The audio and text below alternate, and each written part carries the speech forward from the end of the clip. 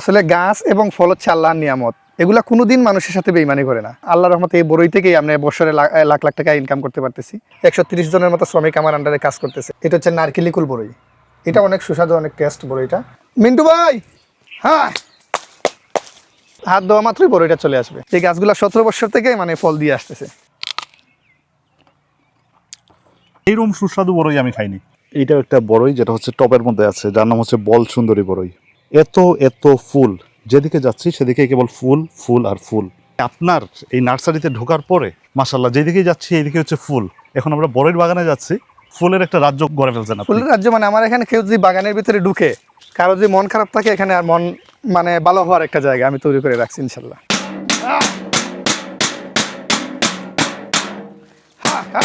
আমি আজকে এই মুহূর্তে আছি ঈগল নার্সারি, আর এই ঈগল নার্সারিটা হচ্ছে শমশেরনগরে। আর এই ঈগল নার্সারিটা হচ্ছে মূলত বড়ইর জন্য খুবই প্রসিদ্ধ।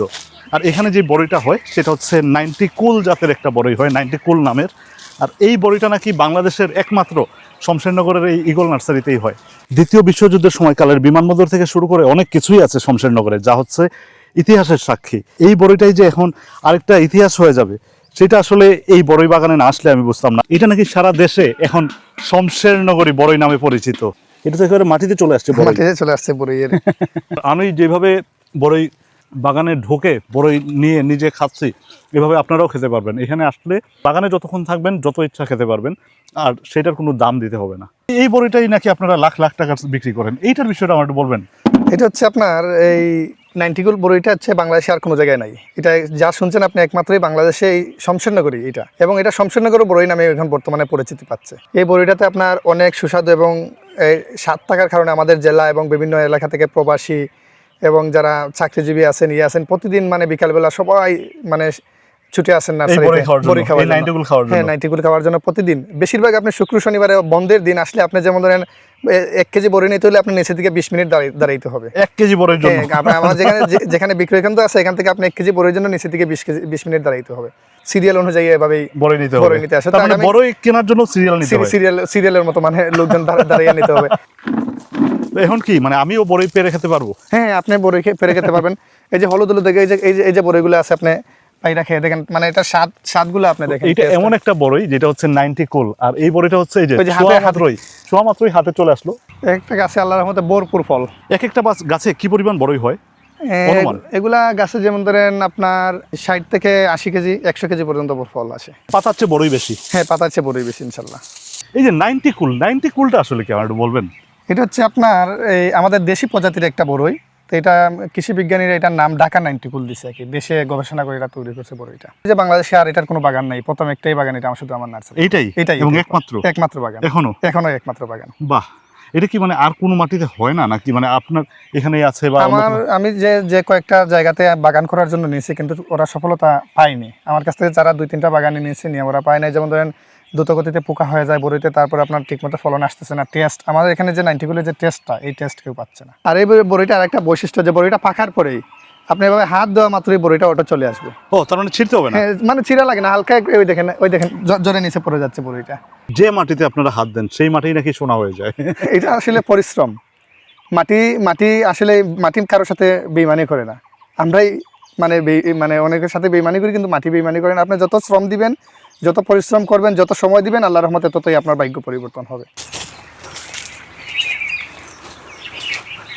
কিভাবে আপনাদের এই নার্সারির চিন্তাটা মাথায় আসলো? মানুষ তো ধরেন চিন্তা করে বিদেশ যাবে বা চাকরি করবে, হ্যাঁ, আপনি নিজেও মাস্টার্স পাস আমি যতটুকু জানি, হ্যাঁ, তো সেই জায়গায় আপনি মানে চাকরি বাকরি না করে একেবারে নিজের বড়ই বাগান করে ফেলেছেন। শুরুটা হচ্ছে আমাদের একজন হিরো ছিল আমার বড় ভাই, মসজিদের মুয়াজ্জিন ছিলেন বড় ভাই। তো মসজিদের মুয়াজ্জিনের থাকা অবস্থায় উনি বাড়িতে সবজি ক্ষেত করতেন, এটার পাশাপাশি উনি চারা তৈরি করতেন। তো এটা মাটির মধ্যে বীজ দিতেন, তো মাটি থেকে পরে আমাদের কলার যে এটা আমাদের এদিকে কলার বলে ডাগলা বলে, যে কলার যে গাছের যে ডাগলাগুলো আছে, এটা দিয়ে তারপরে সাফল দিয়ে ভালো করে গুঁড়ি করে তারপরে চারা এই কলার দিয়ে বেঁধে বাজারে নিয়ে আসা 20টা 30টা এরকম করে বিক্রি করতেন। 13 বছরের মতো আমাদের বাড়িতে সবজি খেয়ে তারপর আপনার এই বাড়িতে এরকম চারা করা হইতো। তারপর 2000 সাল থেকে আমার বড় ভাই আমরা একটা গোলাপ বাগান, এটা জানেন যে মৌলভীবাজার জেলার প্রথম গোলাপ বাগান ছিল আমাদের। এই গোলাপ বাগান থেকে আমাদের শুরু। পরবর্তীতে গোলাপ বাগানের পাশাপাশি এখানে নার্সারি, তারপরে আপনার বিভিন্ন ফুলের চারা, ঔষধি চারা, বিদেশি ফলের চারা এগুলা তৈরি করতাম, করার পর থেকে যেমন ধরেন তারপর বড়ই বাগানে আসলাম। আমি তো মূলত আসলে মাস্টার্স কমপ্লিট করছি, তো চাকরিরও ইচ্ছা ছিল, কিন্তু আমার বড় ভাই আমাকে চাকরির প্রতি কোনো আগ্রহ দেখায় নাই, সবসময় বলতো যে কৃষির প্রতি আসো।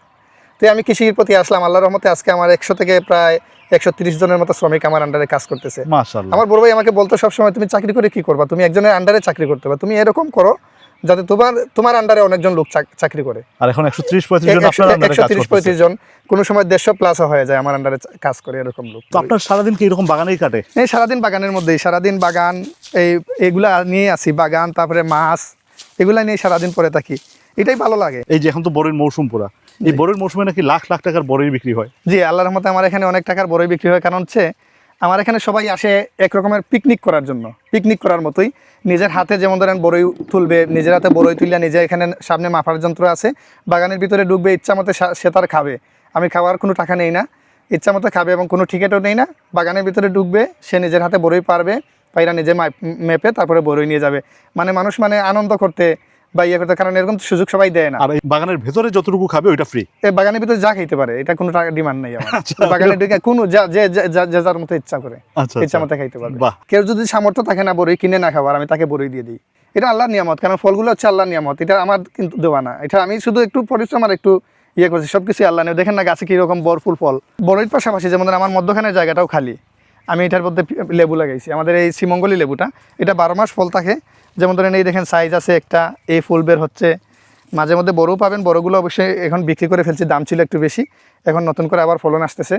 এই লেবুগুলো যেমন ধরেন অনেকটা ভালো ফলন দেয়। যেমন একটার মধ্যে ওই দেখেন 3টা ফল আছে, ওই দেখেন এভাবে, এই যে ফুল আসতেছে, ফুল আসতেছে, 12 মাস অবিরত ফল হয়। নার্সারি করে করে গাছের প্রতি এমন মানে মায়া জেগেছে, মানে এখন আর গাছ ছাড়া কোনো কিছু আমরা বুঝি না, মানে সবসময় গাছের সাথেই লেগে থাকি।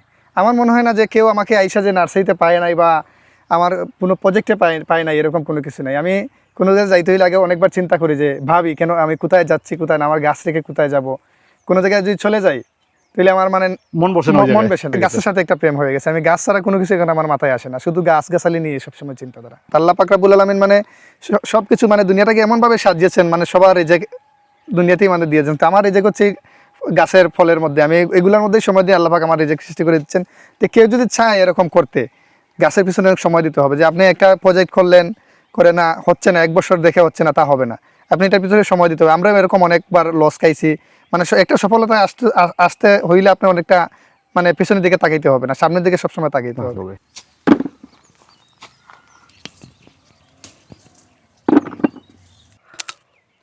যদিও 150 টাকা কেজি, আমি বলবো বড়ই স্বাদের হিসেবে 150 টাকা কিছুই না, দারুণ স্বাদের বড়ই। এবং এটা একেবারে মানে যদি বলি আমি, তাহলে সেক্ষেত্রে বলতে হবে এটা বড়ই না, দেশি আপেল। হ্যাঁ, আর আমি আরেকটা জিনিস গত বছরে আমি দিয়েছি, এই রমজান মাস আসলে আমি 50 টাকা প্রতি কেজিতে আমি ছাড় দিই রমজান মাস উপলক্ষে, শুধু রমজান মাসের জন্য।